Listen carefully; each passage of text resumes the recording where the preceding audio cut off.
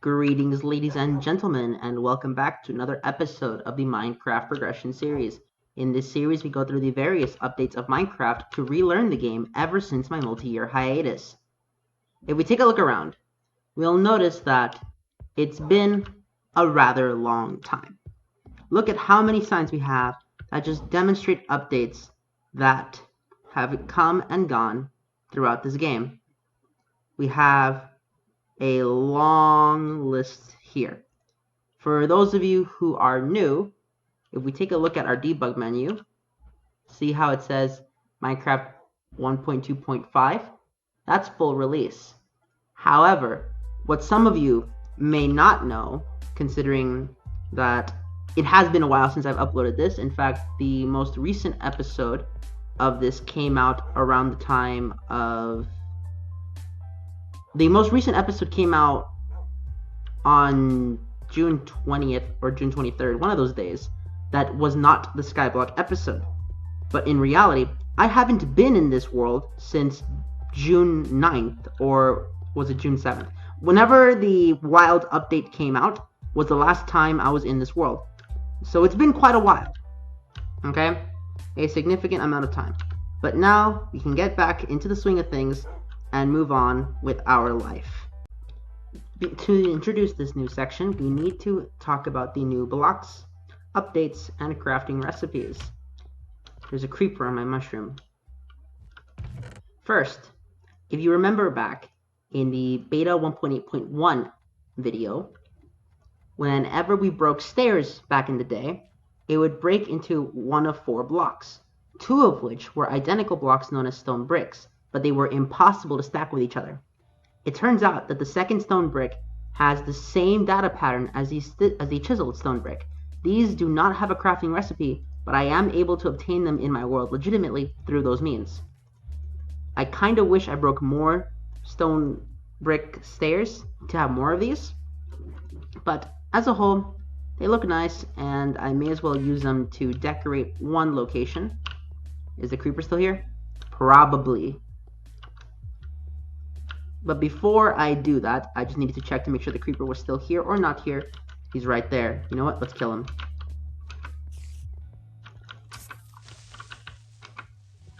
Let's do it. What the? Yeah. Okay, I need to think about how to mob-proof this place later. I probably just need to put a torch on top of each mushroom. You know what? Let's do that right now. I don't want to use these blocks, though. These blocks look too cool. Let's pick up the other ones. We have the regular stone bricks, the cracked stone bricks, and a few others. The reason I am okay with keeping these around instead of just moving and chalking them up to them being a glitch in the game is because I have no way to spawn a stronghold in this world, so any unique block type that I get to keep will automatically remain cool and allowed in this world with me. In fact, I will not even be able to approach getting a stronghold until this should one-hit kill because this is beta arthropods. Never mind. Wow, Bane of Arthropods 5 and it still didn't kill it. Oh, arthropods. Regardless, all of that effort and still nothing. If anyone's curious, in episode 21, I decided to get new RAM. I found a village in the pre-release cave. It's over in that direction. I managed to walk all the way back. On accident, by the way. It was not intentional to walk all the way back. I was looking for a jungle biome, and sad to say, I never found one. To which some of you may be asking, then how do you have a jungle sapling? If you paid attention to the chest, I did have one. Well, you see, the reason I'm able to have a jungle sapling here is because trees that were generated in alpha, prior to them having assigned numbers to their leaves, are able to change different tree leaves depending on the update.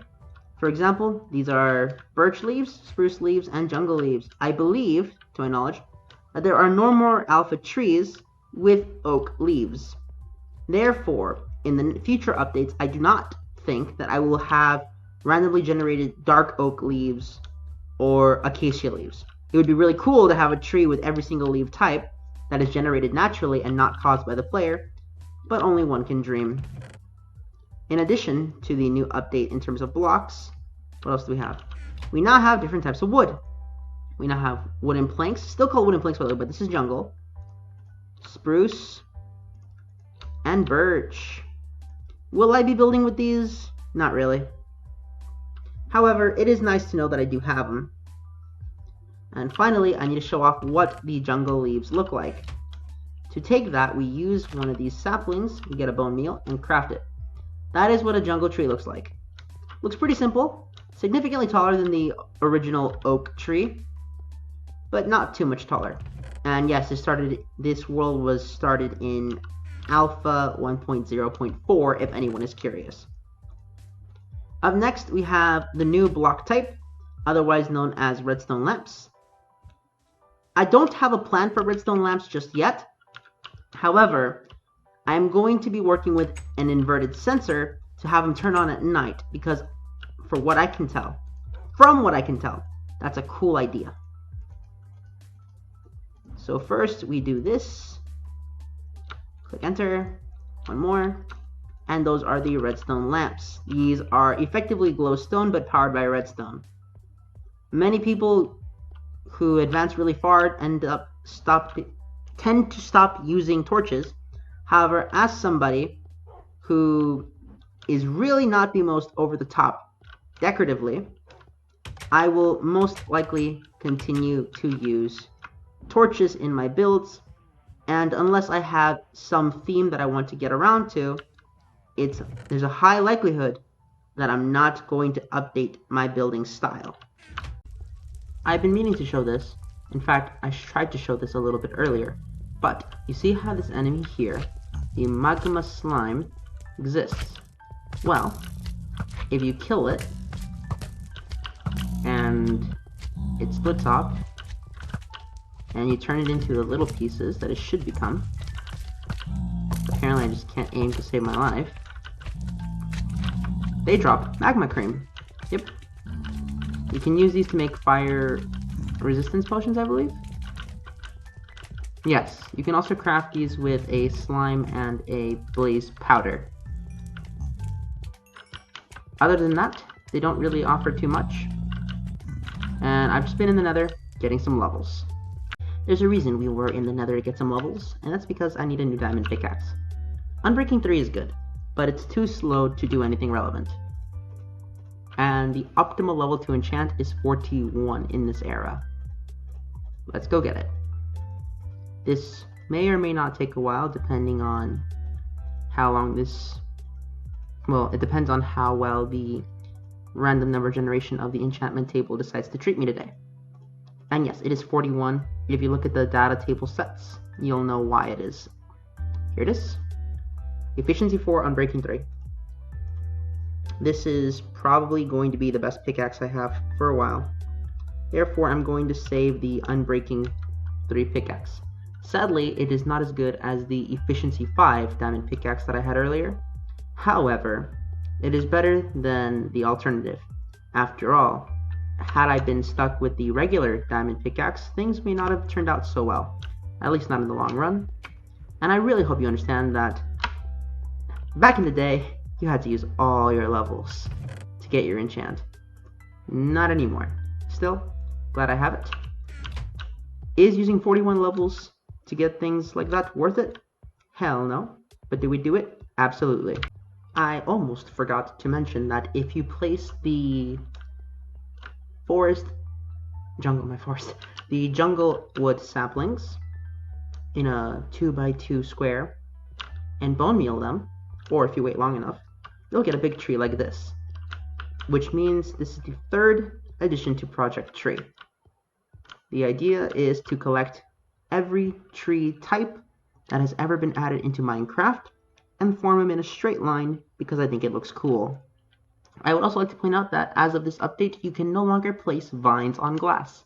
However, any vines that were already placed on glass are still allowed here. In addition, I have a new addition to the base, and that is the chicken and cow farm. The chicken and cow farms are a huge work in progress. They are not even remotely finished. In addition, at some point, I eventually want to make a sheep farm. But instead of making a sheep farm where I breed them, the goal is to have individual pens for single sheep where they can sit in the center, and I can shear them after dyeing their wool. That way, after eating the grass below them, I'll be able to have an infinite wool farm. Will it be automatic? No. But is it the best I can come up with for the time being? Sadly, it is, because truth be told, I'm not usually into making these animal pens. However, this was technically an added feature of the game, so I would be remiss to not make them. One of the newer additions to this game are the addition of Sandstone Wells. For whatever reason, they have this little hole here, so that if you try to pick it up, it's no longer an infinite water source. But if you patch up that hole, it becomes a little cross-section infinite water source. In addition to new structures, we also have new mob types. The new mob types are ocelots and iron golems. Sadly, I have not been able to find a jungle biome. Therefore, I cannot tame an ocelot at the current moment. I will, in my own time, attempt to look for one, but for the time being, it is not something that I have high on my priority list, especially because the only thing ocelots do in this game, at this point in time, is protect you from creepers. However, at this point in the game, I believe I have limited mob spawning to only underground areas and a mob farm, because very rarely do I find mobs in the overworld at this day and time. Considering the fact that I'm still on hard mode and have yet to encounter a single mob in this episode, I think that speaks to how rare mobs are in my current world. Anyways, to make an iron golem, you take 2 blocks of iron and you place them vertical to each other, and then horizontally you'll take these 2. This requires 9 times 4, so 36 iron ingots. So get your pickaxes ready because you're going to be there for a while. And then you take a pumpkin, plant it, and now we have an iron golem. These things in the future will drop iron ingots and poppies, I believe. But for the time being, they protect you from hostile mobs. I keep it in here, same reason why I keep the snow golem Jeffrey in here, simply because I don't want him to actually go fight things and die, because that is an extreme use of resources. For the final section of this video, I'm going to begin work on the music disc farm. That way I can play some Minecraft tunes. If you want to know how I came up with the disc farm, it was an accidental design from back when I was doing the Skyblock series. So if you have not watched that yet, I highly recommend you give it a watch, because it explains to you how I ended up with that design for a mob farm. And now we need to build this farm. First things first, I did this off camera. I disabled the mob spawner. What I did was I opened it up, put a bunch of torches in it, and then, well, that's actually about it. Then I built this pathway. It needs to be 24 blocks from wherever the average area is. If we consider this the spawn area, this is where the player will be, then we'd have to be 24 blocks around this farm, and we use slabs to prevent any from spawning on the actual platform here. Okay? From here, we're going to build a 15 by 15 area. In the Skyblock series, I did this with a 16 by 16 area, but 15 by 15 should be fine. After all, 2, 3, 4, 5. This type of base design is not designed to be complicated. 1, 2, 3, 4, 5. And then finally, we add this here, this here. That's going to be the railing. And then we need a workbench somewhere. Let's put it there. We'll also make a furnace just in case we need to smelt something. Just in case we need to smelt something. I really should have put it somewhere else. I can't crouch in place yet, by the way. That's not a thing yet. So I have to be creative with this one. How do I place this furnace? Well, I'll just place it here, like I did in the series. And then from there, we make these little fence gates. And before we finish this off, we place them on this section here. This is why I did it a bit differently in the series. I kind of realized that the reason I did it by 16 is not because it was big enough, but because it didn't require the amount of fence gates we're going to resolve here. Realistically, you would only need one fence gate here, and I just wasted 2 fence gates. Oh, of course. Well, that's fine. And then from here, you would just make 1 set of regular fences. And that is all you need for this, as you're going to be hitting them through here. Afterwards, what we'll do is continue the expansion. So this is 15, and this is 15. Then we need to do the following. Make it 14 in this direction. 2, 3, 4, 5, 6, 7, 8, 9, 10, 11, 12, 12, 13, 14. That should be 15 in total. 1, 2, 3, 4, 5, 6, 7, 8, 9, 10, 11, 12, 13, 14, 15. Perfect. Now we just need to close this up. From here, the next course of action is to make a ring like so. And you want to be using half slabs so that mobs don't spawn on them. I'm not sure why it is coded that way. And to prevent yourself from just getting randomly killed, I also put torches here, but we will be removing them in a little bit. If you just want the... what's it called? If you only want the music discs and don't care about any other potential drops, make this too high. But part of me wants to use this to collect Endermen. Therefore, I'm going to make it a bit higher, only 1 block, so that it's not too big of an issue. In addition, effectively you're going to build from here to there. But in addition, what you want to do here, and this is the big one, is you go 2 in this direction, 2 in this direction, 2 in this direction, 2 here, 2 here, 2 here, and 2 here. And then from there you place 1 here and here, and just like that. The reason you build it like that is because whenever a creeper will appear and blows up, if he blows up on the slab, he only breaks 1 block.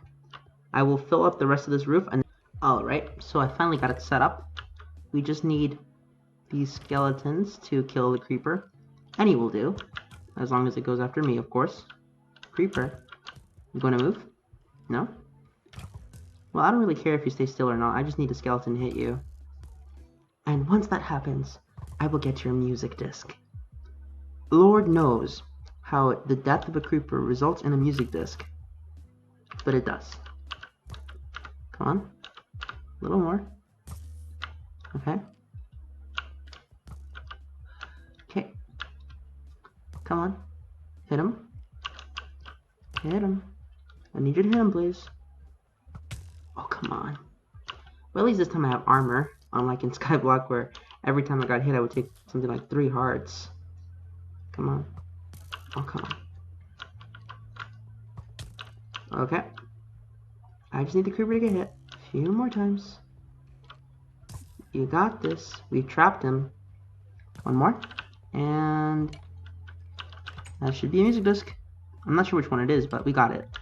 Oh, I ran out of blocks. This is supposed to be filled in all the way. I'm not sure what happened.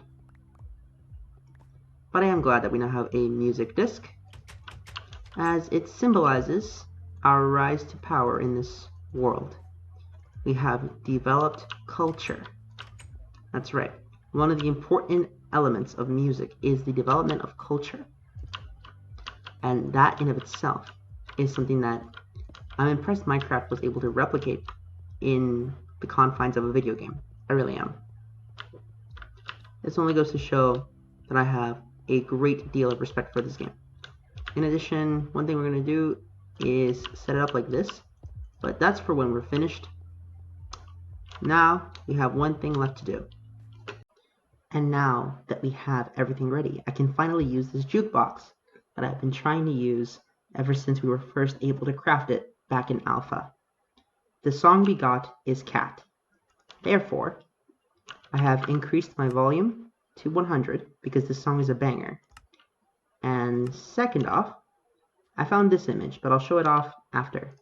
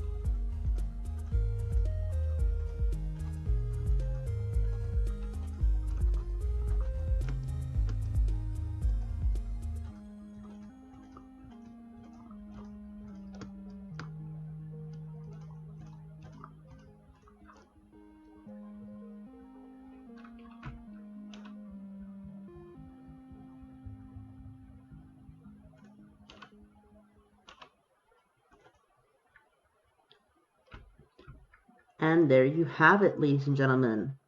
That was Cat, the first music disc we have ever gotten in this world. I would like to thank all of you so much for watching, and I hope that you all enjoyed.